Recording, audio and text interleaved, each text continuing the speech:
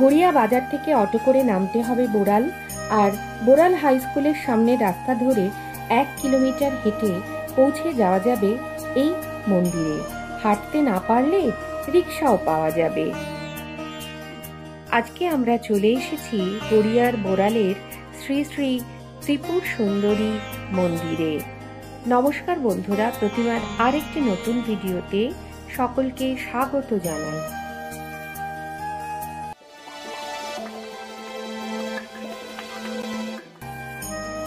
মন্দির খোলার সময় ভোর 5টা থেকে রাত্রি 8টা পর্যন্ত।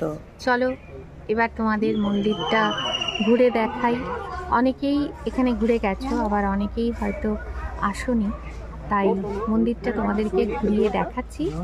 যদি ভালো লাগে অবশ্যই এসে দেখে যেও। এই যে মায়ের মন্দিরে আমরা পৌঁছে গেছি। স্বর্গ, মর্ত ও পাতাল এই 3 পুরের কর্ত্রী হচ্ছেন তিনি, আর শ্রী শ্রী পঞ্চানন্দ দেব ওনার ভৈরব। আর এই যে এখানে সামনেই রয়েছে পঞ্চানন্দ দেবের মন্দির। আর যেহেতু এখানে ত্রিপুর সুন্দরী মন্দির, তাই বাগানে দেখো নানা রকমের জবা ফুলের গাছ লাগানো রয়েছে। বর্তমান মন্দিরটি সংস্কার করেছেন মাননীয় বিধায়ক শ্রী অরূপ বিশ্বাস মহাশয়। আর এই যে রয়েছে স্মারক, এখানেই কিন্তু রাত্রেবেলা সুন্দর লাইটিং থাকে। মন্দিরে ঢুকতেই ডান হাতে রয়েছে ভোলা মহেশ্বরের একটি মন্দির, আর সেখানেই এই ঠাকুরগুলি দেখতে পাওয়া যায়। প্রতি বছর মাঘ মাসের শুক্লা তৃতীয়া থেকে পঞ্চমী পর্যন্ত এখানে উৎসব হয়ে থাকে। এই উপলক্ষে যজ্ঞ, চণ্ডীপাঠ, কীর্তন এবং নরনারায়ণ সেবা করা হয়। মন্দিরটি এমনি সময় খুব একটা ভিড় না হওয়ায় খুব শান্তি করে দেখা যায় ঘুরে ঘুরে। 2014 সালে মন্দিরটি সংস্কার করা হয়। এই এলাকার এবং মন্দিরের ইতিহাস পাল ও সেন যুগের। মন্দির চত্বরে প্রচুর গাছপালা রয়েছে। এককালে এই মন্দিরের পূর্বসীমা ধরে বয়ে যেত ভাগীরথী আদি গঙ্গা। এখন দেবীপীঠের চারিদিকে উঁচু পাঁচিল দিয়ে ঘেরা আছে। আছে একটি যাত্রী নিবাসও। মন্দিরের অফিস ঘর আছে, সেখানে যোগাযোগ করলে মন্দির সম্পর্কে নানা তথ্য মিলবে। দেখো এখানে বাবু দাঁড়িয়ে আছে, আর ওই যে মায়ের মন্দির, যেখানে আমরা একটু পরেই মায়ের পুজো দেখতে পাবো।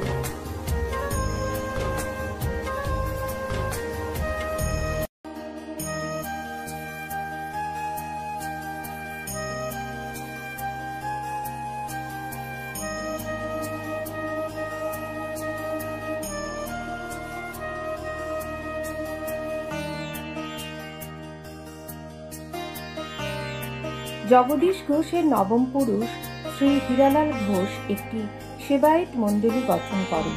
সেই ধ্বংসস্তূপ খনন করে কাঠের বিকলাঙ্গ মূর্তিটি উদ্ধার করেন, কিন্তু সেটি গঙ্গায় বিসর্জন দিয়ে একটি মাটির মূর্তি গড়িয়ে পুজো হতো আগে। পরবর্তীকালে কুমারটুলি থেকে একটি অষ্টধাতুর মূর্তি গড়িয়ে আনা হয়, যেটি বর্তমানে পূজিতা মা। মূর্তিটি খুবই সুন্দর, আর ব্রহ্মা, বিষ্ণু, রুদ্র, মহেশ্বর এবং সদাশিব এই পঞ্চ দেবতার পঞ্চমস্তকের ধূরের ওপরে দেবীর আসন রচনা করা হয়েছে। দেবীর মন ভোলানো মাতৃরূপ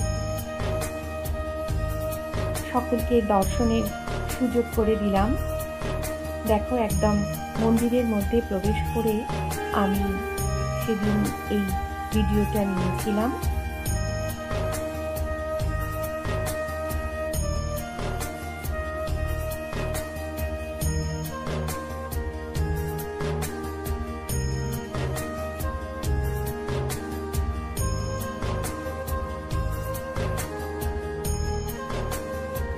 মন্দিরের মধ্যে কোনো ধূপ বা মোমবাতি বা প্রদীপ জ্বালাতে যায় না। এগুলো জ্বালাতে হলে মন্দিরের বাইরে এসে জ্বালাতে হবে। আমিও তাই মন্দিরের বাইরে এসে একটু ধূপবাতি জ্বালিয়ে মাকে স্মরণ করে নিলাম। আর পাশেই রয়েছে একটি স্ট্যান্ড, যেখানে সকলে মোমবাতি এবং ধূপ জ্বালিয়ে রেখে দিয়েছে। এখানেই কিন্তু মাকে দেখানোর পরে এখানে রেখে দিতে হবে। আজকে আমরা চলে এসেছি ত্রিপুরেশ্বরী মায়ের মন্দিরে, মাকে দর্শন করেছি খুব সুন্দর। আর এখন এখানে এই গাছের ছায়ায় বসে বিশ্রাম করছি। ভীষণ সুন্দর শান্ত পরিবেশ, মন প্রাণ দিয়ে মাকে দেখেছি, খুব ভালো দর্শন করেছি।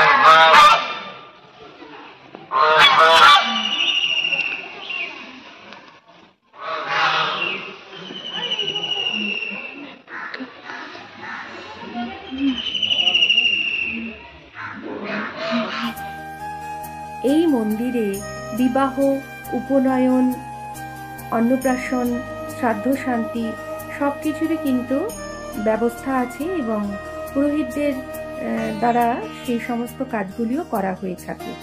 মন্দিরের পেছন দিকে রাস্তা ধরে চলে গেলে প্রায় 42.5 বিঘার পুকুর কাটানো আছে, যার নাম এখন সেনদিঘি। এই সেনদিঘিও তোমাদের একটু দেখিয়ে দিলাম।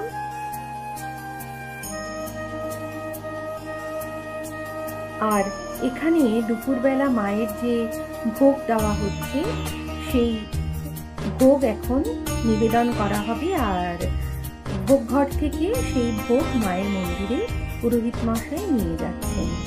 আমরাও সেই দৃশ্য দর্শনের সুযোগ পেয়েছিলাম সেদিন, তোমাদেরকেও একটু দেখিয়ে দিলাম। আর দেখো, এই যে যখন বিশেষ অনুষ্ঠান হয় তখন এই রন্ধনশালায় কিন্তু রান্না হয়।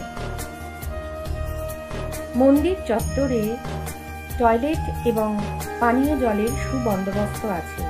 এবারে আমি অফিস ঘরের সামনে থেকে একেবারে চলে যাচ্ছি পেছন দিকে, যেখানে 8 নম্বর ঘরে মধ্যাহ্ন ভোজনের আয়োজন আছে।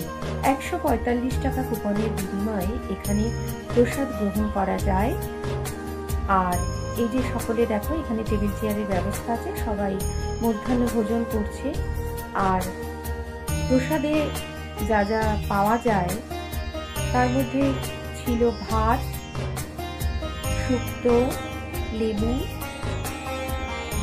ছিল ডাল, বেগুনি, আলু পটলের একটা তরকারি, আর ছিল পনির। প্রত্যেকটি রান্নার স্বাদই ছিল অতুলনীয়। ছিল চাটনি, পাঁপড় এবং সবশেষে পায়েস। আর এখানে কিন্তু প্লেট সিস্টেম না, তুমি যত খুশি পেট ভর্তি খেতে পারো। এছাড়াও আরেকটি প্রসাদের ব্যবস্থা আছে, যেটা 60 টাকার বিনিময়ে পাওয়া যায়। সেই প্রসাদটা অবশ্য আমরা খাইনি। আমার আজকের ভিডিওটি কেমন লাগলো অবশ্যই কিন্তু কমেন্ট বক্সে লিখে জানিও। আর যারা নতুন বন্ধু তারা চ্যানেলটিকে সাবস্ক্রাইব করে পাশেই থেকো।